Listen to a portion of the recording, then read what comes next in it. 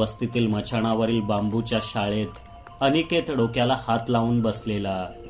जंगलातील मृतदेहांचं रहस्य सोडवण्यासाठी त्याने नाईन घोस्टना इथे बोलावलं होतं, पण त्यांच्यातील 3 जण ओढ्यात वाहून गेले. मग त्यांना शोधण्यासाठी मराकसोबत गेलेल्या लिंबाजी आणि विजयचाही काही पत्ता नाही. नाईन घोस्टमधील मागे राहिलेला एकमेव सदस्य योग आणि काया पुरते खंगून गेलेत आणि प्रोफेसर वशिष्ठांची तब्येत खालावत चालली आहे. ताप उतरतच नाही आहे. कालच्या ढगफुटीने मुख्य गावात जाण्याचे सर्व मार्ग बंद केलेले.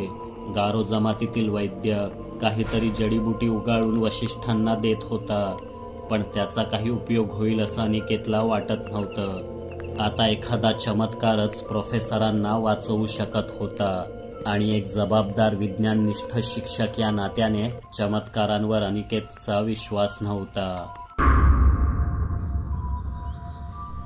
मचाणावर 2 दिवस छानपैकी मुक्काम केल्यावर अंगात बळ आलं. सचिनच्या पायाची सूज देखील उतरली. इतरांच्या जखमा बऱ्या होऊ लागल्या. 2 दिवस तितकासा मुसळधार पाऊस न झाल्याने रानातील पाणी ओसरलं. ओढ्यांना उतार पडला. नवी ढगफुटी होण्याच्या आतच आम्ही निघायचं ठरवलं. पल्ला मोठा नव्हता, अवघे 10-15 मैल, पण अशा घनदाट रानात तेही अंतर 100 मैलांचं वाटतं. चालण्याचा वेग अतिशय कमी होऊन जातो. अनेक अडथळे येतात. म्हणून यावेळी जय्यत तयारीनिशी निघालो. मचाणावर चढण्यासाठी बनवलेली मजबूत शिडी सोबत घेतली होती. ओढे ती आडवी टाकूनच पार केले. कमी पडली तर दोन्ही बाजूंना लांबच लांब बांबू बांधून लांबी वाढवायचो. उकळलेलं पाणी बांबूच्याच बाटल्यांमधून सोबत घेतलेलं. खाण्यासाठी रताळ्यासारखे कंदही होते. दर 2 तासांनी बूट काढून पाय कोरडे करायचो. त्यांच्यावर पोळ्यातून काढलेलं मेण व्हॅसलीन प्रमाणे चुरडून लावायचो. मग पुन्हा चालायचो. यावेळी निसर्गानेही साथ दिली. पाऊस बरसला, पण तो धो-धो नव्हता. आम्ही एका झाडाखाली थांबलो. जोर ओसरताच पुढे निघालो. वस्ती आता फार दूर नव्हती. अजूनही दुखापत होती. पुरेशा अन्नाअभावी आलेला अशक्तपणा होता. थकवा होता, पण घराच्या अगदी जवळ पोचल्याचा आनंदही होता. घर, मग ती घनदाट वर्षावनातील बांबूंनी बनवलेली झोपडीच का असेना, प्रत्येक भरकटलेल्याचं अंतिम ध्येय असतं. आम्ही त्या ध्येयाजवळ पोचलो. ओळखीच्या खुणा दिसू लागल्या. चालण्याची गती आपसुकच वाढली. सूर्यास्ताआधीच आम्ही गारो वस्तीत पोचलो. त्यांची टुमदार आणि मजबूत घरं दिसू लागली, पण दिवे लागणीची वेळ असूनही एकाही घरात कंदील पेटलेला दिसेना. ना कुठल्या माणसाचं चिन्ह. हे सगळेच्या सगळे गेले कुठे? मनात पुन्हा शंकेची पाल चुकचुकली. आम्ही मचाणावरच्या शाळेजवळ येऊन पोचलो तर सर्व गारोवासी तिथे गर्दी करून उभे असलेले दिसले. 50-60 जण तर नक्कीच असतील. नेमकं काय घडलं कळेना. आम्हाला पाहताच त्यांनी मूकपणे वाट मोकळी करून दिली. तिथे मराकचे आईबाबा भेटले. त्यांनी त्याला छातीशी कवटाळलं. आम्ही वर गेलो. काही गारोवासी दारातही उभे. चेतू, प्रोफेसर कनिष्ठ गेले बहुतेक, पण टायमिंग चुकलं त्यांचं. आता एवढ्या रात्री त्यांना कुठल्या स्मशानात नेणार होलसेलमध्ये? सचिन कानाजवळ चुकचुकला. गपरे, नॉनसेन्स, काही पण बडबडू नकोस, त्याच्या मागे असणाऱ्या लिंबूने दटावलं. आम्ही दाराजवळ पोचलो. आम्हाला पाहून अनिकेत धावतच पुढे आला. त्याचा आपल्या डोळ्यांवर विश्वासच बसेना. आमच्यापैकी कुणीच आता जिवंत परतणार नाही असा त्याचा गैरसमज झाला असावा. मग योग दिसला. त्याचा चेहरा देखील आनंदाने उजळून निघाला. हर्षवायू होऊन नाचतो की काय अशी अवस्था झाली. तो बडबडू लागला. मला वाटलंच होतं. मी सारखा सांगत होतो यांना, घाबरू नका, माझे मित्र सुखरूप येतील. ते काही हे नाहीत या जंगलात हरवून जायला किंवा ओढ्यात बुडून मरायला. Well done young man, you did it. I am so proud of you. एक घोगरा आवाज कोपऱ्यातून ऐकू आला. तिथे प्रोफेसर वशिष्ठ वेताच्या खुर्चीवर बसलेले सिगरेट ओढत होते. शेजारीच काया देखील उभी. तिच्याही नजरेत आनंद सामावत नव्हता. कदाचित वशिष्ठ सोबत नसते तर तिने धावत येऊन आम्हाला मिठीच मारली असती. पण मग इतकी गर्दी का आहे बाहेर? आम्ही येणार आहोत हे आधीच कळलं होतं का तुम्हाला भेंडी? विजयने अनिकेतकडे पाहून विचारलं. मी सांगते, काया पुढे येत म्हणाली. तुम्ही आम्हा तिघांना मागे ठेवून इतरांच्या शोधात निघून गेलात. त्याच्या दुसऱ्या दिवशी प्रचंड ढगफुटी झाली. तंबू जवळपास बुडणारच होता तेव्हा अनिकेत दादा गावकऱ्यांना घेऊन तिथे पोचले. प्रोफेसरांना दरदरून थंडी ताप भरलेला. कदाचित रानात डेंग्यूचे डास वगैरे चावले असतील. त्यांची अवस्था खूपच वाईट होती. या लोकांनी त्यांना पालखीतून इथवर आणलं.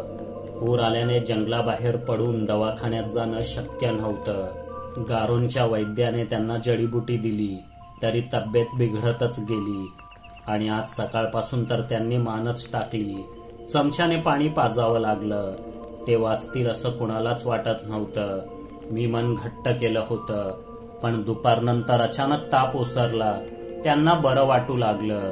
त्यांनी टोप भरून खिचडी खाल्ली, मग उठून बसले. नंतर चालूही लागले आणि आता तुम्ही बघतच आहात. कायाने हकीकत ऐकवली. बॉयज, खरं तर आता मला इतकं बरं वाटतंय जेवढं आधी कधीच वाटलं नव्हतं. सांधेदुखी सुद्धा पळाली. इतकं फिट वाटतंय की आय कॅन प्ले सॉकर नाव, ते पाय झटकत म्हणाले. माझा चमत्कारांवर विश्वास नाही प्रोफेसर, पण हा खरंच चमत्कार आहे. गारोनची जडीबुटी जणू संजीवनीच आहे. अनिकेत माझ्याकडे पाहत म्हणाला. अच्छा, म्हणजे ही बाहेर जमलेली माणसं हा चमत्कार पाहण्यासाठीच गोळा झालेत का? आम्हाला वेगळंच काहीतरी वाटलं होतं, राजेश म्हणाला. तुम्हाला वाटलं की हा ओल्ड मॅन गचकला, बरोबर ना? अरे मला पण यमाचा रेडा दिसू लागला होता खिडकी बाहेर. नंतर अनिकेतने सांगितलं की तो जंगली गवारेडा आहे. वशिष्ठ खो खो हसत म्हणाले. या विनोदावर सगळेच हसलो. आज दुहेरी आनंदाचा दिवस आहे मित्रांनो. 9 घोस्टची घर वापसी आणि प्रोफेसरांचा पुनर्जन्म. या आनंदात चिकन बनलंच पाहिजे, अनिकेत उत्साहात म्हणाला. या पकाव जंगलात आल्यापासून पहिल्यांदा काहीतरी चांगलं ऐकलंय या कानांनी. बनवा चिकन, होलसेल मध्ये बनवा आणि चांगल्या 3-4 कोंबड्या कापा. एकीने माझ्या एकट्याचाही भागणार नाही आज, सचिन ओठांवर जीभ फिरवत म्हणाला. त्या रात्री जेवणाला फारच उशीर झाला, पण मेघालयच्या निबिड रानात काळोख्या पावसाळी रात्री केलेला तो कंदील लाईट डिनर कायम लक्षात राहणारा होता. अनिकेतने झणझणीत चिकन बनवलेलं. लिंबाजी आणि योग या शाकाहारी प्राण्यांनी स्वतःसाठी कांदा बटाट्याची अफलातून रस्सा भाजी बनवली. विजय आणि राजेशने मिळून भाकऱ्या थापल्या. मी आणि कायाने मिळून जे होतं त्यापासून बिर्याणी शिजवली. आपलाही कुठेतरी हातभार लागला पाहिजे म्हणून सचिनने कांदे, लिंबू, टोमॅटो चिरून दिले. सर्व आनंदी आनंद होता. अनिकेतने मराकलाही जेवणाचं निमंत्रण पाठवलं होतं, पण तो आलाच नाही. ते समजूही शकतो. इतक्या दिवसांनी गाठभेट झाल्यावर कोणीही आपल्या कुटुंबासोबतच वेळ घालवेल. सर्व आटपून सगळेजण आपापल्या खोलीत जाऊन झोपले. मी, विजय, राजेश आणि सचिन एकाच खोलीत होतो. मध्यरात्रीनंतर सचिन मधील घोरासूर जागा झाला. त्याच्याशी स्पर्धा लावल्यासारखे विजय आणि राजेशही घोरू लागले. मला झोपताना आवाज आणि प्रकाश बिलकुल सहन होत नाही. कदाचित ही अर्धशिशीची देणगी असेल. त्यामुळे दिवसभराच्या तंगडतोडीने अंग आंबलेलं असतानाही उठलो आणि बाहेर बाल्कनीत आलो. तिथे कंदील मिणमिणत होता. कळ फिरवून त्याचा प्रकाश वाढवला आणि कट्ट्याला टेकून उभा राहिलो. थंडगार पावसाळी वारा वाहत होता. अंगावर शिरशिरी उठली. तेव्हाच नजर खाली गेली आणि एकदम दचकलोच. सर्वच्या सर्व गारोवासी पुन्हा एकदा आमच्या मचाणासमोरील मोकळ्या जागेत उभे होते. सूर्यास्तानंतर ते आपापल्या घरी निघून गेलेले. कारण अनिकेत मराकला निरोप धाडण्यासाठी गेला तेव्हा बाहेर कोणीच नव्हतं. म्हणजे हे खाऊन पिऊन पुन्हा इथे येऊन उभे राहिले की काय? पण कशासाठी? मला बाहेर आल्याचं पाहताच आता सर्वांची नजर माझ्यावर रोखली गेली. त्यांच्यात धडधाकट गावकऱ्यांसह वृद्ध पुरुष, गरोदर स्त्रिया, लहान मुले सर्वच हजर होती. मागे कुठेतरी मराकही उभा दिसला. या सर्वांना काय हवंय? का ते पाऊस वाऱ्यात पुतळ्यासारखे उभे आहेत? मी लगेचच शेजारच्या खोलीत जाऊन अनिकेतला बोलावून आणलं. तो जांभया देत बाहेर आला. बाहेरची खुडबुड ऐकून वर्गखोलीत झोपलेली कायाही बाहेर आली. ती सुद्धा यावेळी गारोवासियांना घराबाहेर उभं असलेलं पाहून बुचकळ्यात पडली. अनिकेतकडे प्रश्नार्थक नजरेने पाहू लागली. मी म्हणालो होतो ना प्रोफेसर, तसे हे लोक चांगले आहेत, पण कधी कधी फारच विचित्र वागतात. मी विचारून येतो त्यांना काय गडबड आहे ते. तुम्ही इथेच थांबा. असं म्हणून अनिकेत लाकडी शिडीने खाली गेला. कंदिलाच्या उजेडात त्याचं गावातील म्होरक्याशी बराच वेळ बोलणं झालं. आम्ही वाट पाहून कंटाळलो. 20-25 मिनिटांनी अनिकेत वर आला. त्याचा चेहरा उतरला होता. काही बोलेच ना. शेवटी 10दा विचारल्यावर म्हणाला, त्यांना प्रोफेसर वशिष्ठ हवेत. हवेत म्हणजे कशासाठी हवेत? कायाने गोंधळून विचारलं. ते काही त्यांनी सांगितलं नाही, पण तुमच्यातील सर्वात वयस्कर व्यक्तीला आमच्या हवाली करा आणि त्यांना कायमचं विसरून जा, असं म्हणाले ते. अनिकेत खिन्न स्वरात म्हणाला, म्हणजे याचा अर्थ काय? काय करणार आहेत ते सरांसोबत? आणि आपण त्यांचं का ऐकायचं? हे खरंय की त्यांनी आपल्याला मदत केली, पण त्या बदल्यात एक माणूसच मागून घेऊ शकत नाही ते. त्यांना पैसे हवेत का विचारा, मी देते. काया संतापली. पैसे घेऊन काय करतील ते काया? या जंगलात पैशांपेक्षा एका केळीच्या पानाची किंमत अधिक आहे. निदान त्यावर जेवता तरी येतं. मी आधीच म्हणालो होतो ना, हे लोक विचित्र वागतात कधी कधी, पण इतकं विचित्र वागतील असं वाटलं नव्हतं मला. जर आपण यांची मागणी पूर्ण केली नाही तर ते काय करतील हे मलाही सांगता येणार नाही. अनिकेत उद्विग्नपणे म्हणाला. गारो लोक खूपच गंभीर दिसतात या बाबतीत. जर आपण प्रोफेसर वशिष्ठांना त्यांच्या हवाली केलं नाही तर प्रकरण खूप जड जाईल आपल्याला असं दिसतंय. मी बाहेर नजर टाकत म्हटलं, गारोवासियांनी आमच्या मचाणाला वेढा घातला होता. त्यांच्या हातात मशाली होत्या. त्यांच्यातच सामील असलेल्या मराकने नजरेच्या टप्प्यात येऊन हातवारे करून अनिकेतला काहीतरी सांगितलं. मग पुन्हा आपल्या माणसात निघून गेला. तो काय म्हणाला अनिकेत दादा? कायाने उतावीळपणे विचारलं. आत चला सांगतो, असं म्हणून अनिकेत पटकन वर्ग खोलीत शिरला. प्रोफेसर वशिष्ठ सोडून आम्ही सर्वांना उठवलं. बसल्या जागीच सभा घेतली. गारो लोकांना प्रोफेसर हवेत? एवढंच ना, मग देऊन टाका ना रताळ्यांनो. त्यासाठी मला उठवायची काय गरज होती? मी काय त्यांना खिशात घेऊन झोपतो? असं म्हणून अर्धवट झोपेत असलेला सचिन पुन्हा उशीवर डोकं टेकणारच होता, पण विजयने त्याला चिमटा घेऊन उठवलं. काहीतरी हे करायचं असेल रे त्या लोकांना, म्हणून मदत हवी असेल प्रोफेसरांची. योग म्हणाला. हे म्हणजे संशोधन असं म्हणायचंय का तुला? राजेशने विचारलं. गारो लोक संशोधन कसलं करणार भेंडी? या जंगलात असं काय आहे जे त्यांना माहित नाही पण प्रोफेसरांना माहित आहे? विजयने प्रश्न विचारला. काया, तुम्ही रानात संशोधन करताना चुकून अशी एखादी वस्तू उचलली नाही ना जी गारोंसाठी खूप महत्वाची किंवा सेन्सिटिव्ह होती? लिंबाजीने भुवया उडवत विचारलं. त्याचा आधीपासूनच काया आणि प्रोफेसर वशिष्ठांवर संशय होता. फक्त किडे गोळा करण्यासाठी कोणी इतक्या घनदाट जंगलात पावसा पाण्यातून वणवण करीत भटकणार नाही असं त्याचं मत होतं. हो, आम्ही फक्त कीटकांचेच सॅम्पल्स घेतले दादा आणि काही फोटो काढले. फक्त तेवढ्यावरून गारोवासी नाराज होतील असं मला तरी वाटत नाही, कायाने उत्तर दिलं. हरकत नसेल तर मला एकदा दाखवशील का तुमचे सॅम्पल्स? अनिकेत म्हणाला. कायाने मान डोलावली आणि आपली बॅग आणायला दुसऱ्या खोलीत गेली. ती जाताच इतका वेळ गप्प बसलेला राजेश म्हणाला, मला वाटतं खरं कारण वेगळंच आहे. अगदी तिरडीपर्यंत पोचलेले आजारी प्रोफेसर गारो लोकांच्या चमत्कारिक जडीबुटीमुळे काही तासातच पुन्हा धडधाकट झाले. जर प्रोफेसर शहरात परतले, त्यांनी याबद्दल कोणाला सांगितलं, त्यांच्या वैद्यकीय चाचण्या झाल्या तर सर्वांनाच गारो लोकांच्या या संजीवनी बुटीबद्दल माहीत पडेल. संशोधनाच्या नावाखाली खाजगी कंपन्यांची टोळधाड रानात घुसेल आणि पिढ्यानपिढ्या गारोंना आसरा देणारा त्यांचा निवारा नष्ट होईल अशी भीती असल्यानेच ते वशिष्ठांना इथून जाऊ देणार नसतील. हे स्पष्टीकरण बऱ्याच जणांना पटलं. माझ्या मनात आणखी काही शंका होत्या. त्यांचं निरसन झाल्याशिवाय मी कुठल्याही निष्कर्षापर्यंत पोचणार नव्हतो. अरे एवढाच प्रॉब्लेम आहे ना, मग कशाला टेन्शन घेताय होलसेलमध्ये? त्यांना जाऊन सांगा. प्रोफेसर कनिष्ठच काय, आम्ही कुणीच त्यांच्या जडीबुटीबद्दल कुणाला काही सांगणार नाही. हवं तर स्टॅम्प पेपरवर लिहून देतो तसं, पण आम्हा सगळ्यांना उचलून या जंगलाबाहेर सोडून या. चालण्याची ताकद नाही उरली रे आता अंगात. सचिन शरीराला आळोखे पिळोखे देत म्हणाला. वशिष्ठ शब्द त्याला अजूनही उच्चारता येत नव्हता. हे इतकं सोपं नाही मित्रा. गारो लोक बाहेरच्यांना पसंत करत नाहीत आणि त्यांच्यावर विश्वास तर अजिबातच ठेवत नाहीत.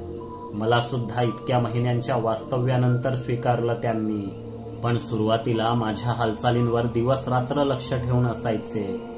आजपासून दुसऱ्या रात्रीपर्यंत आपण प्रोफेसरांना त्यांच्याकडे सोपवलं नाही तर आपल्या सकट हे मचाण जाळून टाकायचं असा प्लॅन आहे त्यांचा. मघाशी मराठ हातवारी करून हेच समजावत होता. अनिकेत दबक्या स्वरात म्हणाला आणि सर्वांचीच झोप उडाली. काय? पण आपण काय हे केलंय त्यांचं? पुढच्या महिन्यात माझ्या मुलीचा वाढदिवस आहे. मला जावंच लागेल जिवंत घरी, योग चिंतेच्या सुरात म्हणाला. आणि आम्हाला काय गारो लोकांसोबत गरबा खेळत बसायचंय का इथे? आम्हाला पण मुळं बाळा आहेत करवंद्या. मी तर येणारच नव्हतो या मिशनवर. तुम्ही ओढत आणलत मला होलसेलमध्ये. हवं तर अर्धा पगार द्या, पण मला इथून सही सलामत बाहेर काढा होलसेलमध्ये, नाहीतर ट्रम्पला सांगून मिसाईल टाकेल एकेकावर. सचिन भडकला. मीच मूर्ख आहे. सगळे नको नको म्हणत असतानाही प्रोफेसर वशिष्ठांना घेऊन आले या जंगलात. आता काय करायचं? त्यांना काय झालं तर मी कोणत्या तोंडाने परत जाऊ? अनिकेत दादा, प्रोफेसरांच्या जागी मी गेले तर नाही चालणार का त्या गारो लोकांना? काया रडकुंडीला येत म्हणाली. ते मी कसं सांगू काया? तरी एक शिक्षक या नात्याने मी आज रात्री पुन्हा एकदा त्यांना जाऊन भेटेन. प्रोफेसरांना इथून जाऊ देण्याची गळ घालेन. आमच्याकडून कळत नकळत काही आगळीक घडली असेल तर माफी मागेन. या गारो वस्तीत तुम्ही सगळे माझ्यामुळे आलात, तेव्हा तुम्हा सर्वांच्या सुरक्षेसाठी मी जे वाटेल ते करेन, अनिकेत निश्चयाने म्हणाला. पण ते तुझं ऐकतील असं वाटत नाही अनिकेत. त्यांनी मचाणामागे सुद्धा गस्त सुरू केली आहे आणि काही जणांच्या हातात धनुष्य बाण आहेत. राजेश गुपचूप खिडकी बाहेर डोकावत म्हणाला. एका संकटातून बाहेर पडत नाही, तोच दुसरं संकट समोर येऊन उभं राहतं. 2 दिवस नरक यातना सहन केल्यावर आजची रात्र तरी सुखाने झोपेन म्हटलं होतं भेंडी, तर हा नवीनच प्रॉब्लेम झाला. मी काय म्हणतो, प्रोफेसर वशिष्ठांना आमच्याकडे द्या आणि त्यांना विसरून जा असं ते गारो लोक म्हणतात हे खरं आहे, पण नेमकं करणार काय आहेत ते त्यांच्या बरोबर? विजयने विचारलं. नागपंचमी आहे ना पुढच्या महिन्यात, नागोबा म्हणून पूजतील, नाहीतर बुजगावणा म्हणून रानात उभं करतील लोकांना घाबरवायला. तुला काय करतील हे महत्वाचं वाटतंय का वाटाण्या?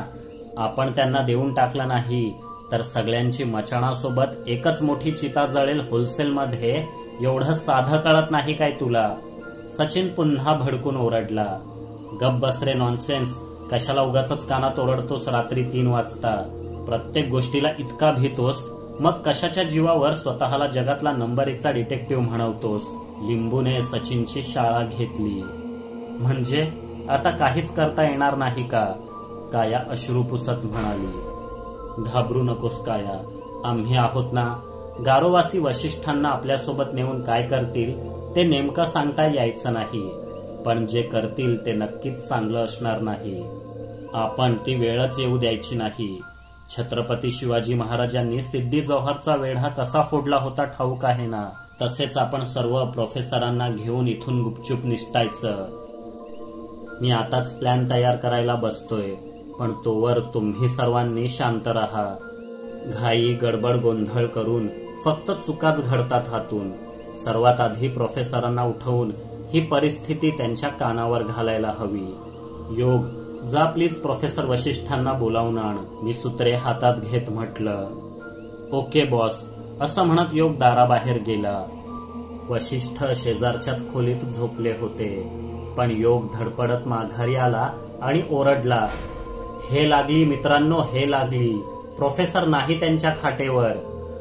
असं कसं होईल म्हणत अनिकेत खिडकीबाहेर डोकावला. तेव्हा त्याला वशिष्ठ सिगरेट फुंकत शिडी उतरताना दिसले. मग तोही ओरडला, अगं काया, प्रोफेसर तर बाहेर जात आहेत. हे ऐकताच सर्वांची भीतीने पार गाळण उडाली. कुणीतरी थांबवा रे त्या इंडियाना जोन्सला, यांच्या सिगरेटच्या नादात चिता पेटेल सगळ्यांची. मी ओरडलो आणि दाराबाहेर धावलो.